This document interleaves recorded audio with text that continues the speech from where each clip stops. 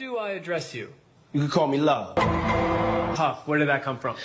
I can't tell you that. One artist, living or dead, that you wish you can collaborate with. Michael Jackson. Why? Why'd you move to LA? Oh, for the kids. There are no misconceptions about me. Whatever happened to that Farnsworth Bentley guy? Oh, Farnsworth is doing great. Where do you go to relax in the world? I like the Caribbean.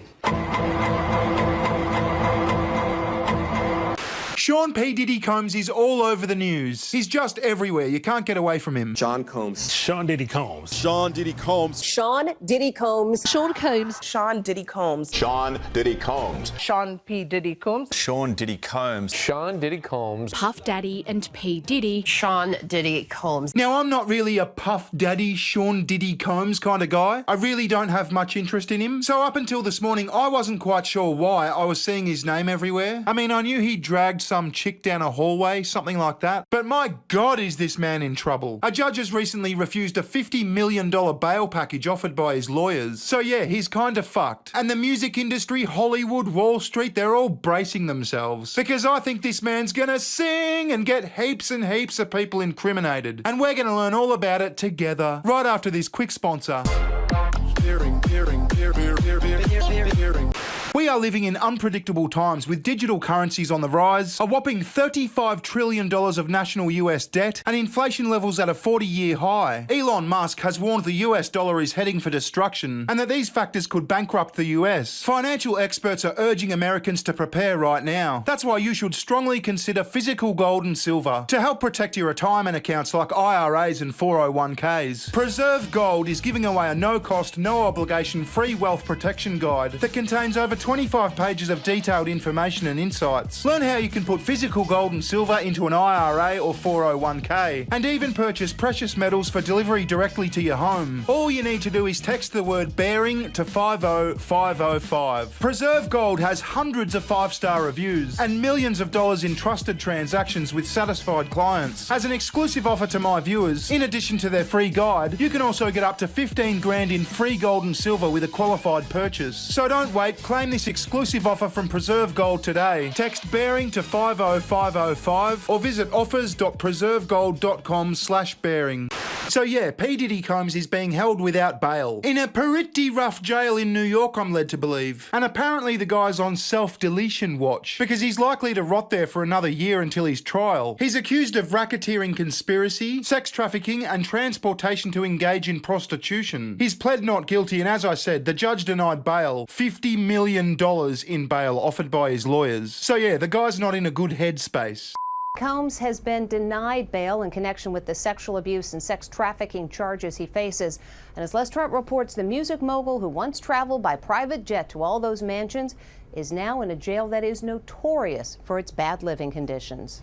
Music mogul Sean Diddy Combs spent his first night behind bars inside a facility that is being called Hell on Earth. The Metropolitan Detention Center in Brooklyn is notorious for its appalling living conditions and rampant violence. How bad is it inside this federal lockup? There have been 2 murders, 4 suicides, and numerous stabbings and lockdowns in recent years. It's so out of control inside that 4 federal judges are reportedly refusing to send any more prisoners here. Yeah, that sounds pretty horrific. It also seems like they're lax on the rules there. Like there's been cases of female guards getting knocked up by prisoners, which I mean, it can't be too regimented if that sort of shit's happening. So it might be to his benefit that he's on self-deletion watch, because if you're on self-deletion watch, then I'm sure you're on other people deleting you watch sort of thing. So, what does the indictment say? I'm not going to read all 14 pages because I cannot be fucked, but I am going to show you a few choice bits. Now, according to the indictment, there's 3 charges. There's racketeering, there's sex trafficking by force, fraud or coercion, and there's transportation to engage in prostitution. Now, all these bits I'm about to show you are from charge 1, because that's where the meat is. And yes, I'm aware it's an odd coincidence I'm playing a movie featuring Russell Brand and P Diddy in the background of this video, but rest assured I'm making no statement about Russell Brand or what's his name, Chubby Tits. Now, I realise this might appear small on your screen, but don't worry, I'll read it for you. Combs and other members and associates of the Combs enterprise wielded the power and prestige of Combs's role at the Combs business to intimidate, threaten and lure female victims into Combs's orbit, often under the pretense of a romantic relationship. Combs then used force, threats of force and coercion to cause victims to engage in extended sex acts with male commercial sex workers that Combs referred to as, among other things, freak-offs. Freak-offs were elaborate and produced sex performances that Combs arranged, directed, masturbated during, and often electronically recorded. In arranging these freak-offs, Combs, with the assistance of members and associates of the Combs enterprise, transported and caused to be transported commercial sex workers across state lines and internationally. Freak-offs occurred regularly, sometimes lasted multiple days, and often involved multiple commercial sex workers. During freak-offs, Combs distributed a variety of controlled substances to victims, in part to keep the victims obedient and compliant. Sometimes unbeknown to victims, Combs kept videos he filmed of victims engaging in sex acts with commercial sex workers. After freak-offs, Combs and the victims typically received IV fluids to recover from the physical exertion and drug use. My God, what kind of shit were they doing and how long was it going on that they had to receive a fucking IV drip to recover?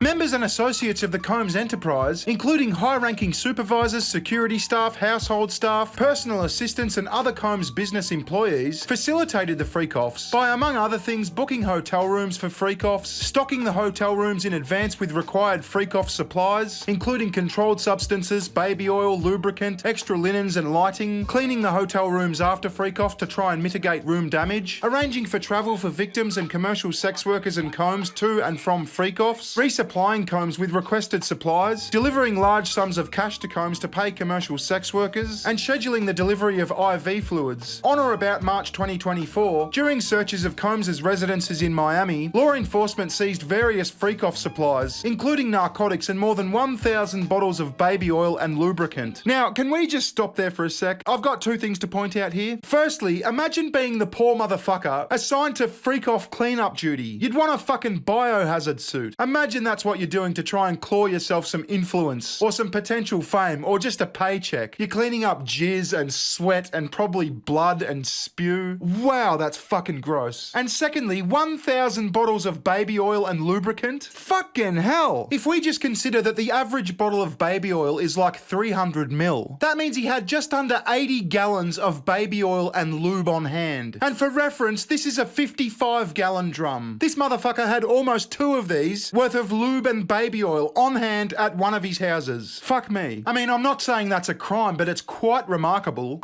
Combs subjected victims to physical, emotional and verbal abuse to cause the victims to engage in freak-offs. Combs maintained control over his victims through, among other things, physical violence, promises of career opportunities, granting and threatening to withhold financial support, and by other coercive means, including tracking their whereabouts, dictating victims' appearance, monitoring their medical records, controlling their housing, and supplying them with controlled substances. During and separate from freak-offs, Combs, among other things, hit, kicked, threw objects at, and dragged victims at times by their hair. These assaults often resulted in injuries that took days or weeks to heal. Combs also threatened victims' careers and livelihoods, including if they resisted participating in freak-offs. Victims believed they could not refuse Combs's demands without risking their financial or job security, or without repercussions in the form of physical or emotional abuse. Combs also used the sensitive, embarrassing and incriminating recordings he made during freak-offs as collateral to ensure continued obedience and silence of the victims. Well, if this is true, because, you know, allegedly, he was making and breaking careers subject to whether you were willing to fuck a bunch of male hookers. It's sort of becoming a bit more clear as to why so many musicians are deleting tweets and paper trails. Anything to do with their association with Diddy? When employees, witnesses to his abuse, or others threatened Combs's authority or reputation, Combs and members and associates of the enterprise engaged in acts of violence, threats of financial and reputational harm, and verbal abuse. These acts of violence included kidnapping and arson. In addition, on multiple occasions, Combs threw both objects and people, as well as hit, dragged, choked, and shoved others. He threw people and kidnapping and arson. Fucking hell, if they get him on this shit, he's going away for a long time. Now, I'd just like to end with a few choice bits of this interview NewsMax did with a guy called Jacko Booyens. He's a well-known anti-sex trafficking advocate, and he's consulted with the government and appeared all over the media. He's got credentials, is what I'm trying to say. They're stacking up. They went slow. Remember, they raided him, and then everybody said they're going to do nothing. And I said, no, they're walking it slow because they've got the evidence. I believe this canary bird is going to sing. Here's what I believe is going to happen. The charges are mounting up, and he's going to get 30, 50, 55, 60 years is what he's looking at. And I believe they're going to throw the book at him. I also believe they're going to talk to him about ceasing assets. They're going to talk to him about your children are going to be left destitute on the street. We're going to take you for everything you've got. Other names are going to come out.